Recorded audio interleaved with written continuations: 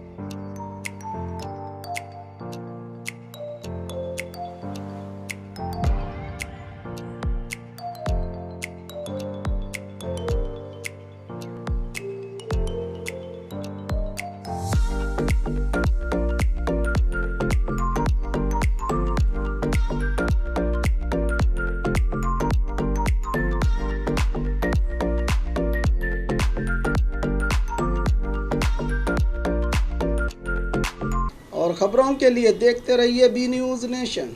कोतवाल dentofacial cosmetic centre आज pollution के चलते गंजेपन से मायूस चेहरे की खूबसूरती और कई तरह के दांतों की समस्याओं को लेकर हजारों रुपए खर्च करके भी सही इलाज हासिल नहीं होने वाले ना उम्मीद लोगों के लिए उम्मीद की किरण कोतवाल डेंटल कॉस्मेटिक सेंटर। आप एक बार यहां विजिट करके माहिर स्पेशलिस्ट और तजुर्बाकार national awardee doctor Imtiaz Ahmed, doctor SM Qazi, doctor Hina Imtiaz से अपने डेंटल, स्किन और हेयर से जुड़े प्रॉब्लम्स को दूर करके जिंदगी को हसीन बना सकते हैं। इनका पता Roshan complex opposite BSNL office, MG road, Bijapur.